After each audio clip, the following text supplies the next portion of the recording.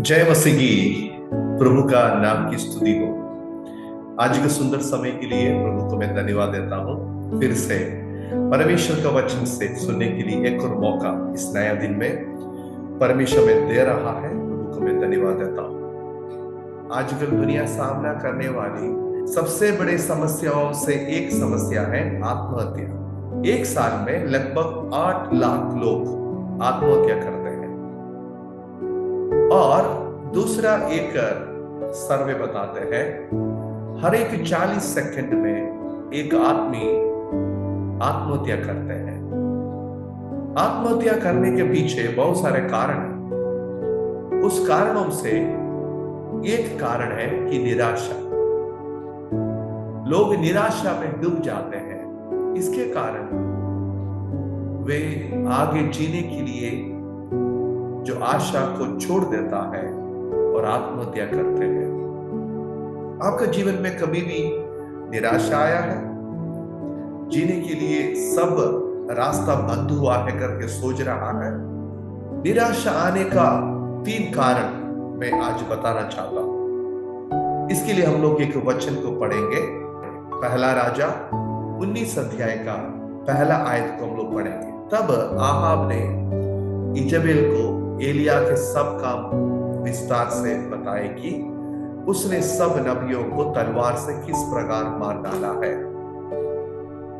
दूसरा देखिए, तब इजेबेल ने एलिया के पास एक दूत के द्वारा कहला भेजा कि यदि मैं कल इसी समय तक तेरा प्राण उनका साथ न कर डालूं तो देवता मेरे साथ वैसा ही वरन उससे भी अधिक करे। आज पढ़ा हुआ वचन परमेश्वर का दास एलिया के विषय में है। एलिया पुराने नियम का सबसे बड़ा भविष्यवक्ताओं में से एक भविष्यवक्ता था। प्रभु ने उनको इस कार्य के लिए चुना था। उन्होंने अपने सेवकाई के दौरान बहुत प्रकार की चमत्कार को किए थे। जब उन्होंने प्रार्थना किया, आकाश से आग उतर के परमेश्वर जो बेलीवेदी में आग उतार के चमत्कार दिखाया, बाल की सभी देवताओं को और बाल की भविष्यवक्ताओं को उन्होंने हरा दिया है। बहुत प्रकार की चमत्कार किया वो व्यक्ति था एलिया। लेकिन ऐसा समय आ गया, एलिया के जीवन में भी निराशा आया है। एलिया भी मरने के लिए चाहा है।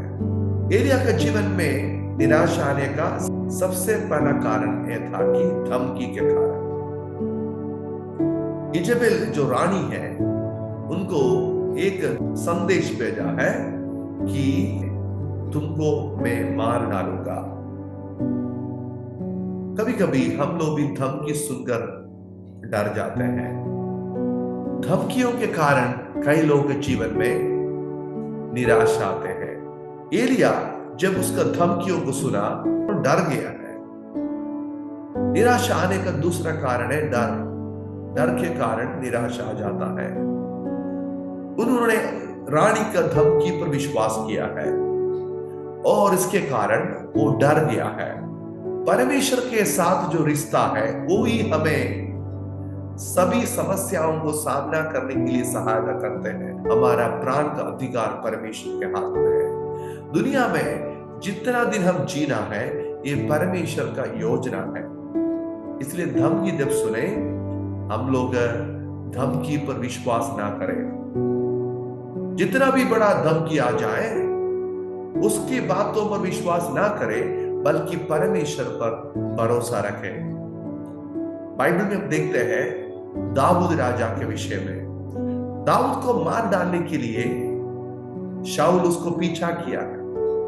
बहुत प्रकार की समस्याओं को उन्होंने सामना किया है। शाऊल दाऊद का पीछा किया है लेकिन उनको खत्म नहीं कर पाया है, क्योंकि दाऊद का प्राण परमेश्वर के हाथों में सुरक्षित है। हमारा प्राण परमेश्वर के हाथों में सुरक्षित है, इसलिए डरना नहीं। बाइबल में लगभग 365 बार लिखा है कि डरो मत।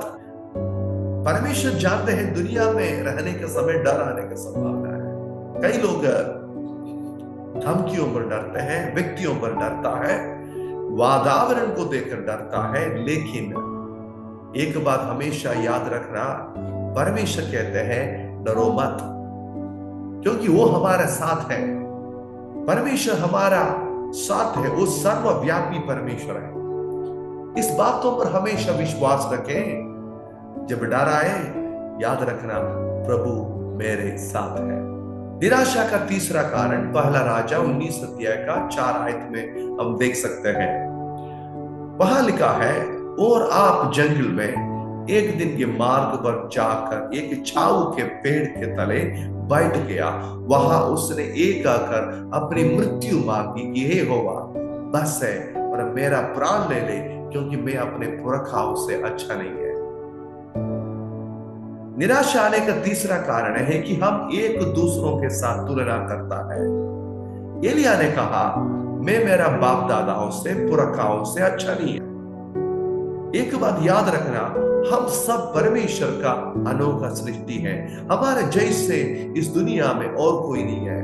हमारा अंगूठी छाप बताते हैं कि हमारे जैसे दुनिया में और कोई नहीं है। ऐसा है तो हम क्यों दूसरों के साथ तुलना करना है? दूसरों का संपत्ति को हमारा संपत्ति के साथ, दूसरा का शिक्षाओं को हमारे शिक्षा के साथ, दूसरों का पद को हमारा पद के साथ हम जब तुलना करता है, तब हम निराशा में डूब जाते हैं। इसलिए हम क्यों दूसरों के साथ तुलना करना है? यहां पे निराशा किसको आया है? एक बड़ा परमेश्वर का दास का जीवन में है। यानी परमेश्वर से प्रार्थना करने वाले, वचन पढ़ने वाले लोगों का जीवन में भी निराशा आने का संभावना है। एलिया जंगल में अकेला जाके एक छाऊ के तले बैठ गया। वो लेट गया, सो गया है, निराशा में डूब गए हैं। तब क्या हुआ है? परमेश्वर का स्वर्गदूत उनके पास आया है। स्वर्गदूत आके उसको समझाने के लिए कोशिश नहीं किया, लेकिन स्वर्गदूत आके उनको क्या दिया? रोटी और पानी दिया है। क्योंकि थका हुआ व्यक्ति को सुसमाचार नहीं है, थका हुआ व्यक्ति को रोटी और पानी का जरूरी है। प्रभु उनके पास आके, परमेश्वर का दूत एलिया के पास आके उनको क्या दिया है? उनके जरूरतों को पूरा किया है। आज इस सुबह के वक्त में जब आपके जीवन में समस्या आते हैं, दुख आता है, संकट आता है, परमेश्वर अपना दूत को भेजकर हमें ताकत देता है, शक्ति देता है, जरूरतों को पूरा करता है। एक खाके उन्होंने फिर भी सो गया है। दोबारा स्वर्गदूत आके उसको जगाया और बोला खाने के लिए। उनको बताया तुमको बहुत लंबी सफर करना है। एलिया का जीवन वहां समाप्त नहीं हुआ है। क्यों? परमेश्वर की उपस्थिति एलिया को आगे जीने के लिए हिम्मत दिया है। आज इस सुबह में प्रार्थना करें, हमारा निराशा के वक्त में प्रभु का उपस्थिति हम महसूस करें कि परमेश्वर की उपस्थिति हमारा वातावरण को बदलता है। अंत में, इस घटना के अंत में इजबेल को एलिया का जीवन में कुछ भी हानि नहीं पहुंचा पाया, क्योंकि परमेश्वर का सुरक्षा उनके साथ था। मेरे प्रियो, आज आप निराशा में हैं, आगे का रास्ता आप नहीं जानते हैं, आप डर जाते हैं। परमेश्वर कहते हैं उन सब बातों को छोड़ें, परमेश्वर का उपस्थिति को हम इंतजार करें। वो हमारे पास आके हमें शक्ति देने वाले हैं, हमें ताकत देने वाले हैं। आज सुबह आपके जीवन में परमेश्वर अपने उपस्थिति से भरे, निराशा आपके जीवन से दूर हो जाए, एक आशा आपके जीवन में आ जाए और आप परमेश्वर के लिए और आगे बढ़ने के लिए परमेश्वर आपको सहायता करे। इस वचन के द्वारा परमेश्वर हम सबको आशीष करें। धन्यवाद। जय मसीह।